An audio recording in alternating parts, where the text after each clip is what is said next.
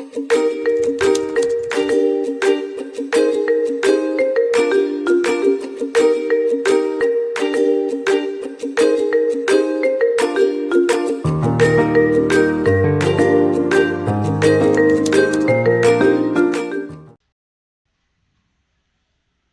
is sound and how is it produced? So, sound is a mechanical energy which produces a sensation of hearing. Sound एक energy है जिससे हमें क्या पता चलता है, हम सुन सकते हैं कोई चीज़, ठीक है। और साउंड प्रोड्यूस कैसी होती है वो हमें बताना है। तो आपको पता है वाइब्रेशन के थ्रू हम साउंड को प्रोड्यूस करते हैं। तो when an object is set into vibration sound is produce. Describe with the help of diagram how compression and rarefactions are produced in air near a source of sound. तो इसका diagram देखो same as NCERT text book लिखा हुआ है, तो मैं दिखा देता हूँ ये डायग्राम्स कैसे बनाने हैं। एक मिनट। हाँ, आपका ये ट्यूनिंग फ्रॉक के थ्रू सी और आर को रिप्रेजेंट करना है।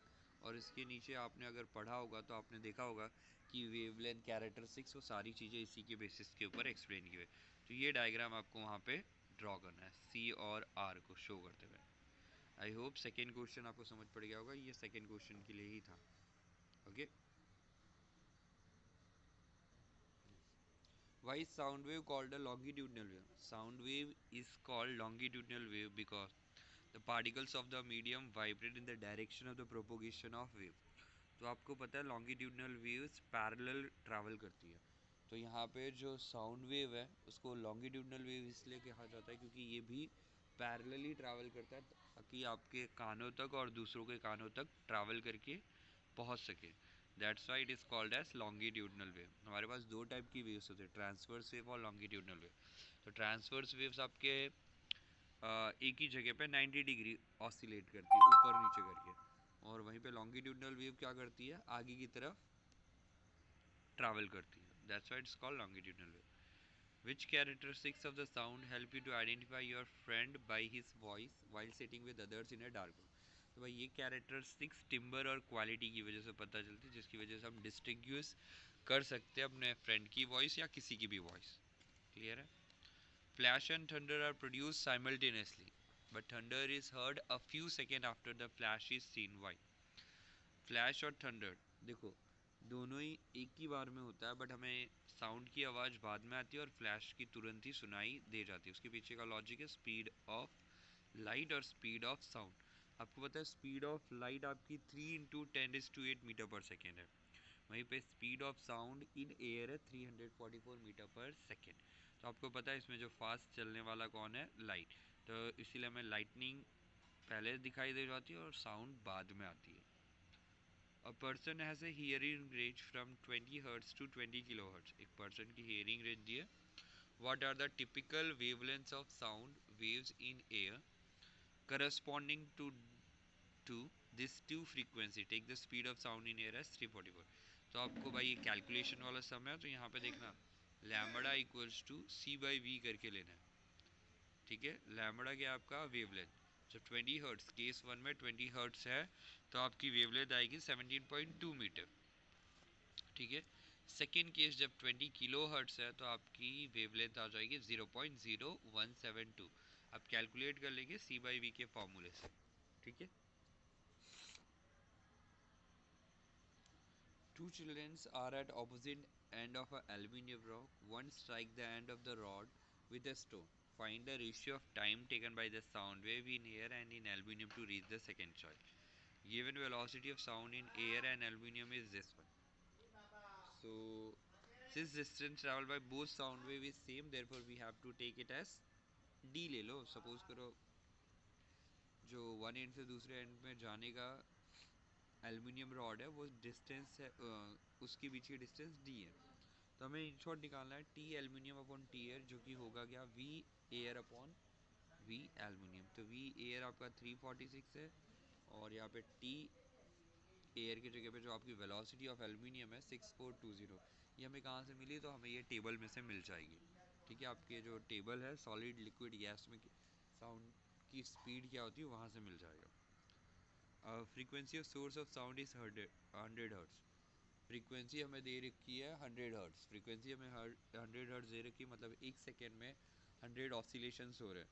तो how many time does it vibrate in a minute, तो एक मिनट में कितना वाइब्रेट करेगी। तो आपको पता है 60 सेकेंड्स होते हैं, तो 60 × 100 दैट इज 6000 ऑसिलेशंस होगा।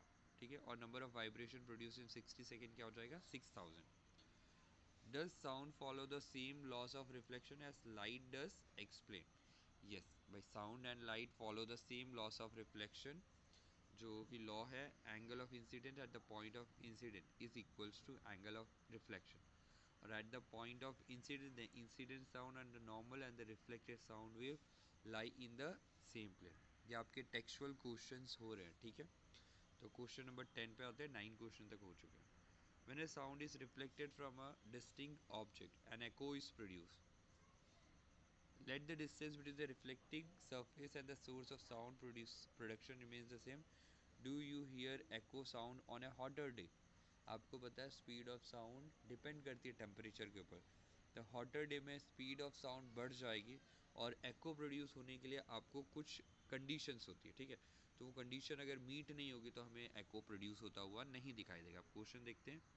If the temperature rises, the speed of sound will increase. This in turn will increase the minimum distance required for hearing an echo.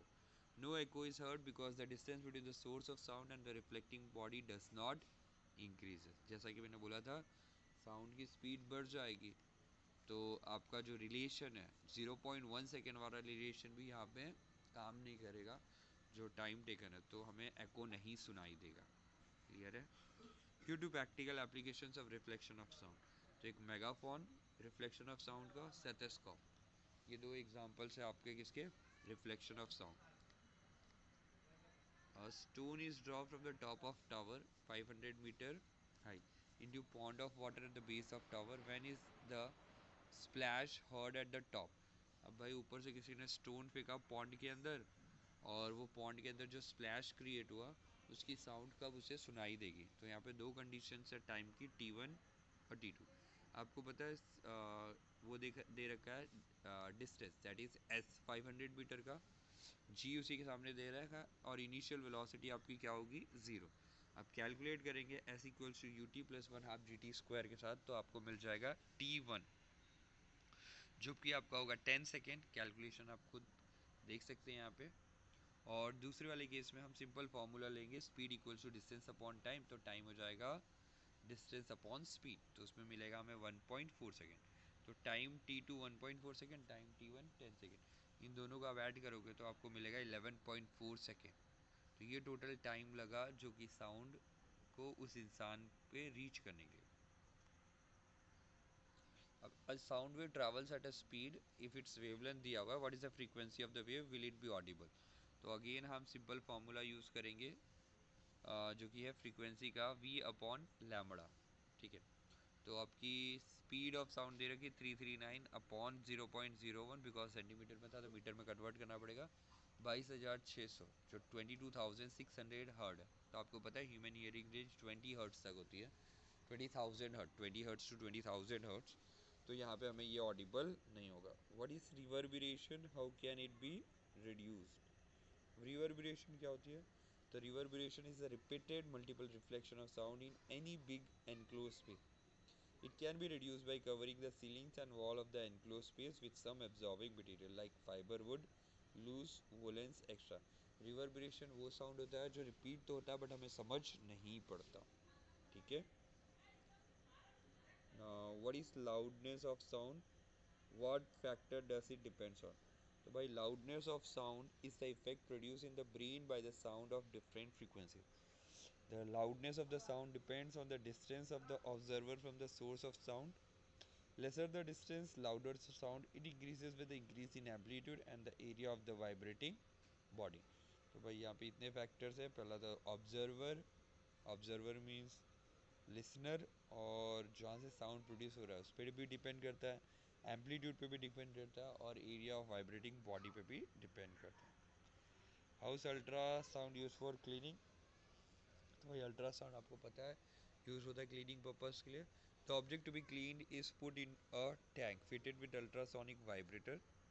The tank is filled with water containing detergent. As the ultrasonic vibrator is switched on, the detergent rub against the object at a very high speed and hence clean it. Explain how defects in a metal block can be detected using ultrasound.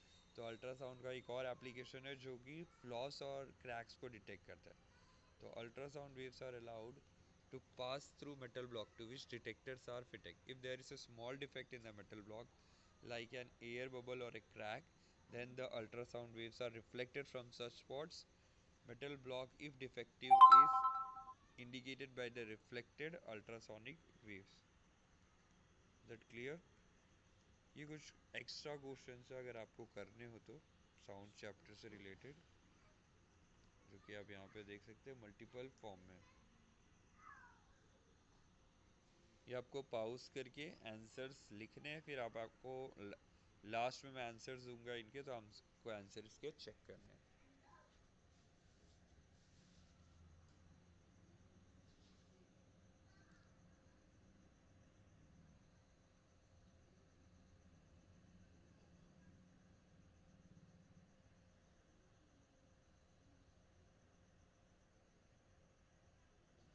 देखो मैं यहाँ पे silent हूँ ताकि आप questions को attempt कर पाओ.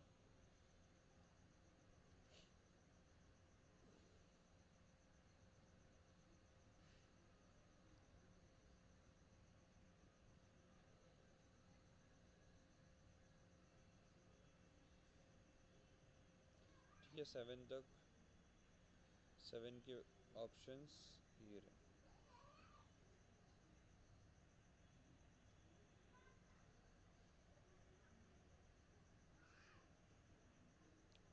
साउंड वेव्स और हमने जस्ट अभी क्वेश्चन आंसर किया.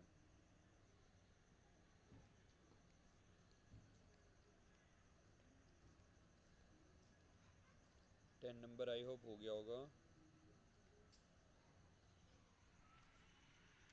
देखो इंटरेस्टिंग क्वेश्चन है. Try to attempt it by yourself. The bells of a temple are made of large side. It is 4.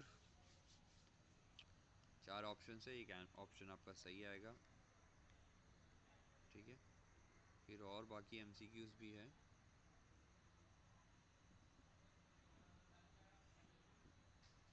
जो कुछ असर्शन रीजनिंग्स है जो कि सीबीएसई स्टूडेंट्स को हेल्प करेंगे. तो इसके भी आंसर्स आप देने की ट्राई करो खुद से. इसके बाद आंसर्स मैं बता दूंगा, डोंट वरी.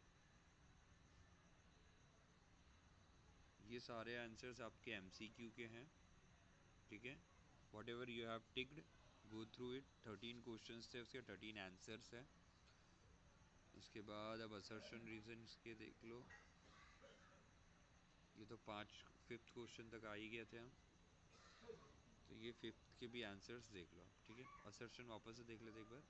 क्वेश्चन शायद ना समझ पड़ा. फर्स्ट, ठीक है, second, third, fourth, fifth and इसके ये answers. I hope that is very clear.